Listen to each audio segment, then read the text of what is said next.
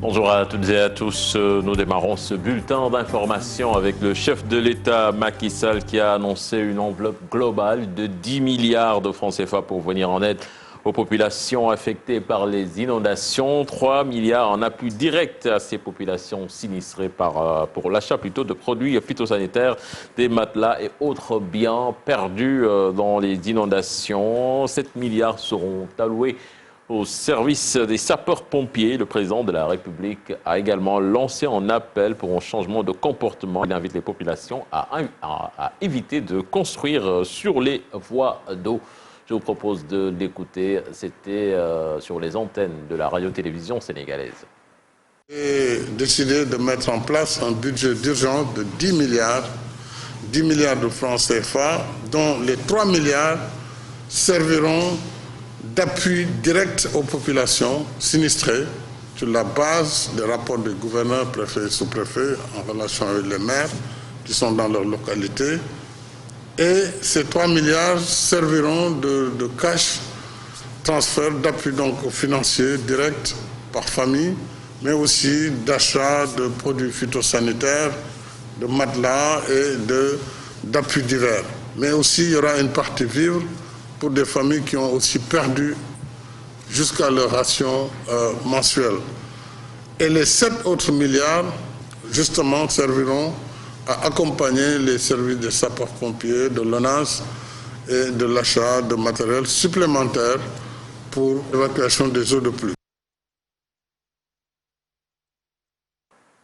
Voilà, avant de dégager une enveloppe de 10 milliards, le président devrait demander l'audit du matériel déjà acheté par l'État, donc dans la lutte contre les inondations ces dernières années. C'est le sentiment de l'ancien directeur de la protection civile, le colonel Baratioub, ajoute que des gens font des inondations leur fonds de commerce. Il était l'invité de Soir d'Info. Il est avec Chérif Dia. Ce qui me fait tiquer un peu quand même, c'est qu'on n'ait pas fait le point depuis des dizaines d'années du matériel qui a été acheté. Si on fait le point, je crois qu'on a dépensé plus de 50 milliards. Bon, on parle souvent des 750 milliards, mais c'est sur un plan de 2012 jusqu'à 2020. Mais il est clair que chaque année, l'État a eu à dépenser des milliards pour l'achat quand même du matériel, de motopompes, ainsi de suite. Mais il faut quand même que le chef de l'État demande mais où sont passés ces matériels. La durée de vie d'une motopompe, mais quand même ça va plus de 30 ans. Mais où sont les motopompes qu'on a achetées il y a 10 ans, ou il y a 3 ans, il y a 2 ans? Des centaines et des centaines de motopompes. Où sont-elles? Dans la nature. Ah mais voilà, il y a un sapeur qui m'a dit, un de mes anciens sapeurs qui m'a dit qu'il était à Thiaroye Azur en train de faire du pompage. Mais quelqu'un est venu lui dire à 19h d'arrêter. Je dis, mais je ne comprends pas. Mais parce que je vous dis qu'il y a des gens qui ne veulent pas que ça s'arrête. C'est une campagne. C'est le fonds de commerce. Le fonds de commerce. Il y a des gens ici, Boudansen Sako, chaque jour, nous avons une inondation.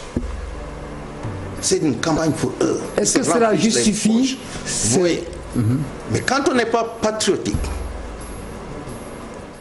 La cité Bellevue ne l'est que de nom. Le quartier situé aux Maristes menacé par les eaux pluviales, en plus d'un réseau d'assainissement inexistant à cause des pluies diluviennes qui se sont abattues sur Dakar ces derniers jours. Les populations de cette cité vivent en véritable calvaire. Un reportage signé Mohamed Samb et Gervais Yao. Ce n'est plus la Bellevue dans ce quartier situé aux Maristes. La cité Bellevue, jadis réputée de par son beau cadre de vie, voit son environnement détérioré par les fortes pluies. La cité Bellevue est une cité qui est dans un creux. Et il y a non seulement les eaux de pluie, mais nous subissons de tous les côtés.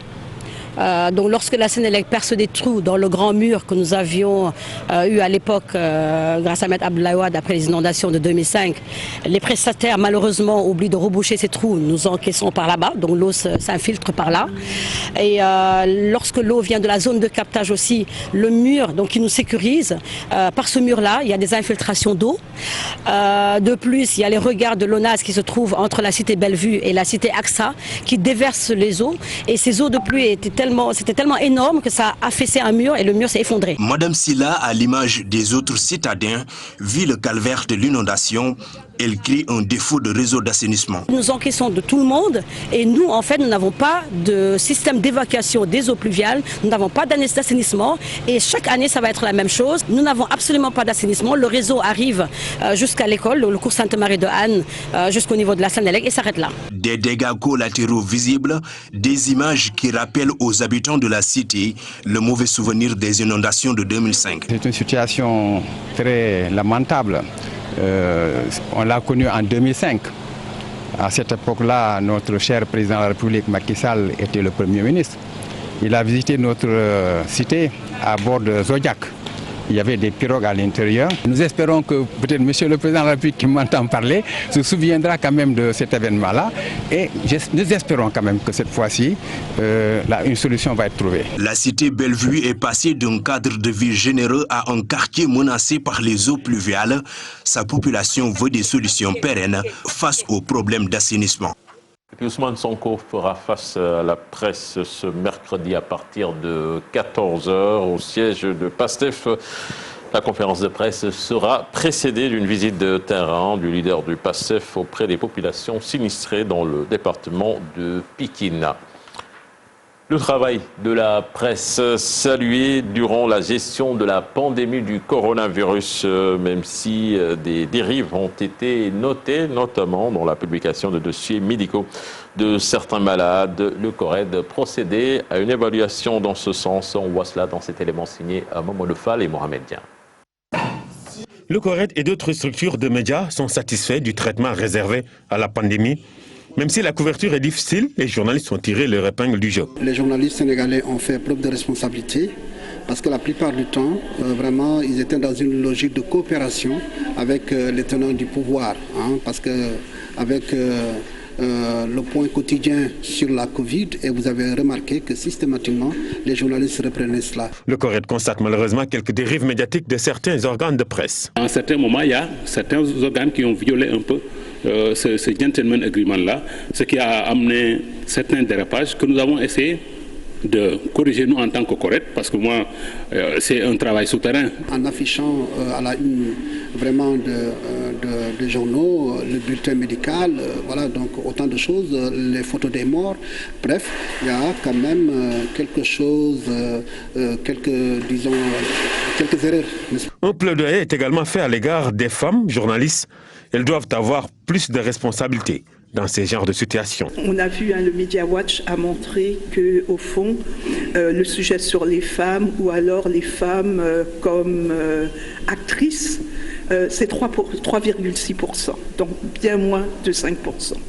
Donc c'est problématique. Se basant sur la Covid-19, la presse exige d'ailleurs un accès libre à l'information, ce qui permettra aux journalistes de parfaire leur travail de collecte et de diffusion de l'information. L'actualité internationale à présent avec le chef d'état-major des armées qui envisage une visite en Guinée-Bissau. Ce sera du 9 au 10 septembre prochain. Le général Biram Diop doit assister à la cérémonie de dissolution de la mission de la CEDEAO en Guinée-Bissau. Pour rappel, le Sénégal participe à l'ECOMIP depuis 2012 avec l'envoi de soldats pour le retour de la stabilité dans ce pays. En Côte d'Ivoire, la candidature d'Alassane Ouattara à la présidentielle contestée en justice, c'est l'opposant Pascal Affi-N'Guessan qui a déposé un recours pour déclarer inéligible le président sortant. Charles Blé Goudé, lui, milite pour un report du scrutin prévu le 31 octobre 2020.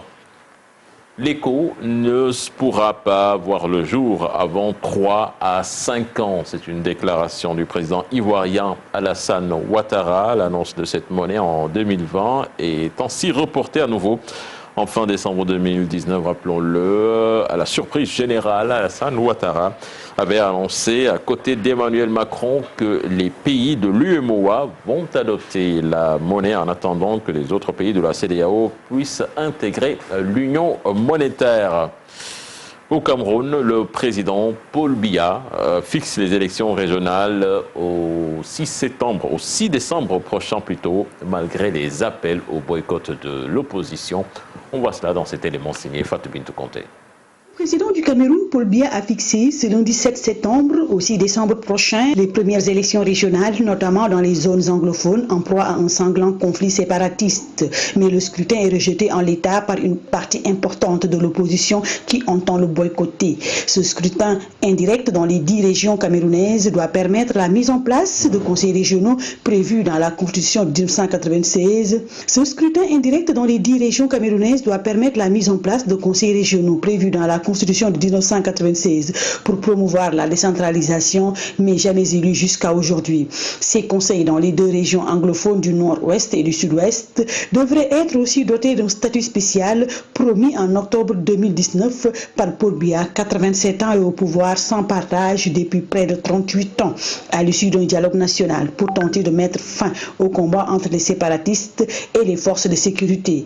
Les grands électeurs devront élire 90 conseillers régionaux, dont 20 représentants des chefferies traditionnelles. Les conseils régionaux sont dotés de pouvoirs illimités dans les domaines non régaliens comme l'équipement, l'aménagement du territoire, la culture. Les 2 principaux partis de l'opposition avaient prévenu qu'ils boycotteraient les régionales, notamment tant que le conflit sanglant dans les 2 régions abritant l'essentiel de la minorité anglophone camerounaise ne serait pas réglé. Dans ces zones, des groupes armés anglophones réclamant l'indépendance combattent les forces de sécurité déployées massivement par le régime de Paul Biya, dominé par la majorité francophone. L'ONU, les ONG internationales et certains États occidentaux dénoncent régulièrement les crimes commis contre les civils par les 2 camps. Voilà, merci à vous Fatou Bintou Conté.